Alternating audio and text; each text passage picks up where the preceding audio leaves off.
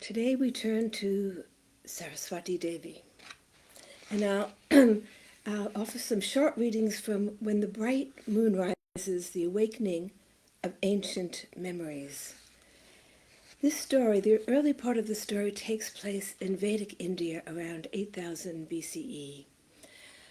Around 10,000 BEC, at the beginning of the descending Satya Yuga, there was another time of climate change when the earth warmed and the ice caps melted, and the oceans rose over a period of centuries about 400 feet, and the communities living by the sea moved inland into the forests. And then eventually they moved by the Saraswati River, and a new civilization began. So this is the story of a young woman, Sundari, who had lived as part of a forest clan. Her mother was the head of the clan. But things are changing in the forest, and they moved toward a settlement by the Saraswati River. There she loves to wander by the river and listen to the chanting that's taking place. But she falls in love with one of the young men, who unfortunately has taken a vow of celibacy.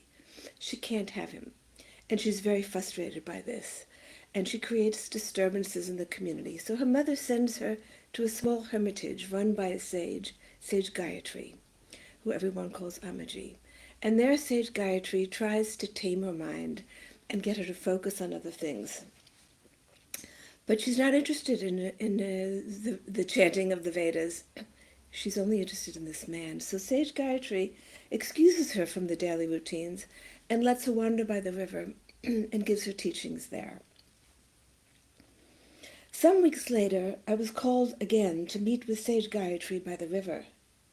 Today, I will tell you the story of Sausi Palami. Her story is a very interesting one, she began. She was born as a princess, the daughter of a Danava Raja. Do you know who the Danavas are? I shook my head. They are one of the Asura tribes, meaning that they are generally violent and full of greed, with no moral sense. Yet this daughter of the Danava Raja rose to be the wife of Indradev, the Rani of the heavenly worlds. How can you explain that? Was she very beautiful? I asked. They say she was beautiful, but there are many magnificent women in the heavenly realms. She had another quality, and she wrote about this in one of the hymns in the Rig Veda. I will chant it for you. Close your eyes and contemplate the meaning. I closed my eyes and listened as she slowly began to chant, first in gentle tones, and then rising with a rush of waves. Her powerful incantations awakened a storm within my spine, like winds surging through me. As I listened, the rhythmic beating of her voice harmonized with the rising of the waves that was sweeping me, but soon began to calm down. When she ended, I was unable to speak at first. It is a powerful hymn, isn't it? She asked after her voice had trailed off. What did I just experience, Amaji? I asked quietly in a trembling voice. You experienced the Shakti, the inner strength, the divine feminine energy of the seer. That inner power is within us all. I don't understand. Never mind, you will later. What do the words of the hymn mean to you? I hadn't paid much attention to the words, and so I didn't respond at first. Then she repeated a few lines and asked again. I don't know, Amaji. I guess her words indicate that she's a conqueror, achieving victory over the other wives of Indradev. It sounds to me like she is still an Asura, using violent means. She laughed. Let's look at it. Remember, Indradev is the light-filled mind, and as his consort, Sosi is the female aspect of that shining mind. At the beginning of the hymn, she calls herself a mighty arbitress, meaning she settles disputes and has the final say. Then she goes on to state, I am victorious, and my lord shall be submissive to my will. My sons are slayers of the foe, my daughter is the ruling queen. I am victorious over my lord, my song of triumph is supreme. She then says she got rid of all the rival wives. But who are these wives that compete with the power of the higher mind? I looked at her blankly and then said, "She's jealous of the other beauties in heaven?" "Sundari," she smiled, "the other wives are the distractions, those temptations that seek to take away the concentration. She has conquered all the distractions, the lower qualities that associate with the mind, and this higher, shining mind now rules supreme. She is in control of all her senses and wandering thoughts, her desires, words, and actions, in control of negative tendencies like selfishness and anger, and has attained the pure, light-filled mind. The senses will not control her, but rather they are submissive to her will. Her offspring, her good qualities, are helping to achieve victory. They are her sons who overcome all distractions and temptations, and her daughter, her Shakti, is the queen. She calls these distractions her fellow wives because they're held close by the lower mind, beloved by it, you might say. She's in control now of the higher mind, the light-emitting intelligence. Do you understand? Squirming to make myself more comfortable, I turned from her gaze and looked out at the river without answering. It doesn't matter if you don't grasp this higher meaning. Your heart enabled you to feel the Shakti, the power of the poem. That is enough, and now I will explain what you experienced.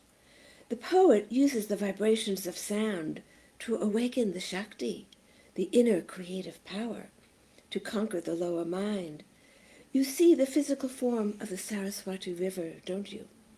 I nodded, wondering why she was asking me such an obvious question. The Vedas speak of 7 sacred rivers. Do you know where they are?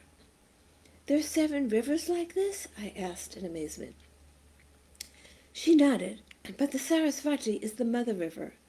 I have told you everything in the Vedas has an outer and inner significance. The physical rivers are sacred because they feed life.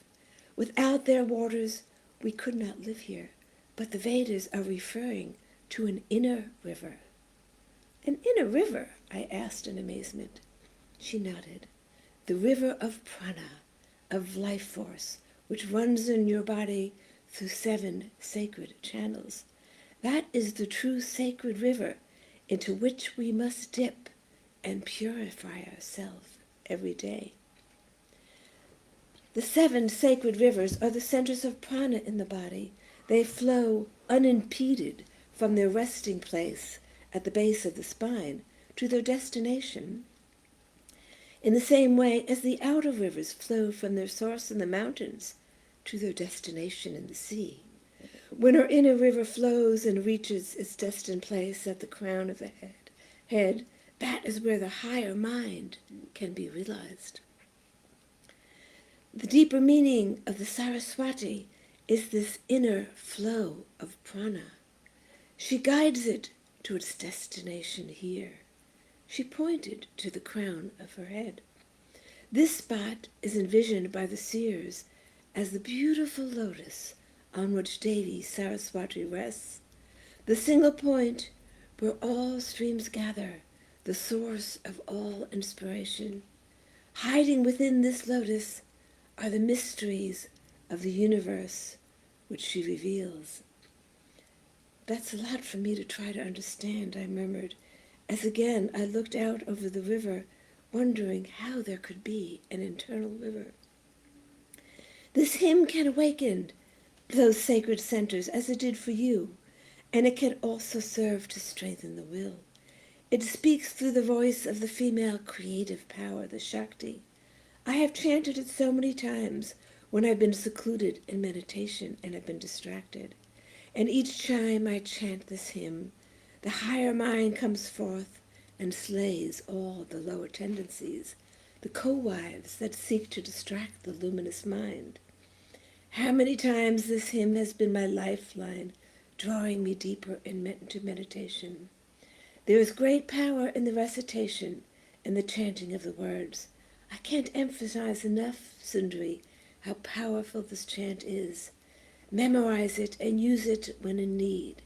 This is one of the first hymns the women hear in the hermitage chant in the morning, and now perhaps It is time for you to return to the morning recitations. Well, Sundari doesn't stay long at the hermitage because she can't rid her mind of that man that she's in love with. And so she is sent off to another settlement at Kashi, where she's married to a simple man. But she doesn't forget Sage Gayatri, and years later, toward the end of his life, she meets Sage Gayatri again, Sage Gayatri who comes to Kashi. And she says, Amaji, when I was living in the hermitage, you told me that one day you would tell me something about Saraswati Devi. She smiled. You remember that? I haven't forgot anything you've told me, although I can't say I understand it all. I have the same question, actually. Is she a river or a Devi? She is far more than a river. She is the active creative power, that within us which inspires, transmits knowledge, and seeks to express itself through song. It is said that she rests on the tongue of the poet, and that it is she who breathes words into the poet's mind. But she is not only within us. The force we know as Saraswati is also bringing into being new stars, new planets, new life. She is the flower unfolding, the seed within you that bears life. She is that great creative force that moves through the universe, bringing the unmanifest into manifestation. She's all of that, I exclaimed. Now I will tell you of her relationship to the river. For ages the seers had been in meditation, high in the sacred mountains, where the water was locked in ice. They were also there when the ice began to melt and the rivers began to form. Perhaps they even aided that process. Some of the seers say they heard the Devi's footsteps guiding the river in her downward flow through unmarked mountain passes. Some saw her hand caressing the river to stir her waters and generate life. Some saw her light body emerge from the watery depths, and so the river was given her name. She imbued it with creative power, and for millennia, poets and sages have gained their inspiration from that river, seated in meditation on her banks. That is why so many are drawn to gather by her side. Devi is also here in the Ganga.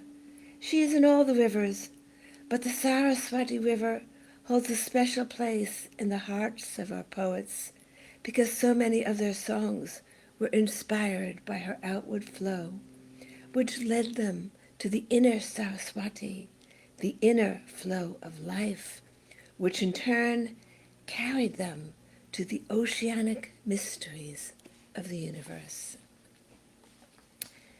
Now Sundari dies soon after that. Thousands of years pass, she has many incarnations, and finally she is born as a Taoist poet in Tang, China in the 8th century, where her desire from the past finds fulfillment, and she's able to marry that man she couldn't have in Vedic India. And he is now a well-known poet in China called Li Bai, and she is also a poet, his wife. And she's in training with her Taoist master, and in doing the process of that training, the lifetime in Vedic India returns to her as memories. And she remembers Sage Gayatri, and she remembers her teachings about the Devi Saraswati. She comes out of her retreat, her Taoist retreat, and she's so inspired that she writes a poem to Saraswati Devi. I'll read the poem, and that will end our reading for today. Song to Goddess Saraswati. You are the inspirer, the one who grants knowledge, the yearning for wisdom and wisdom itself. You are the song of all things. You open the eye of the poet and whisper rhythms into the ear. You dance through our bodies, lifting us into your joy. You are the creative urge that causes rivers to sway through the land. You are the unfolding lotus, unraveling mystery within mystery, without end. You are both within and without. Saraswati, the sacred goddess of creative life. Tomorrow we'll continue our readings of Saraswati Devi. Jai Ma.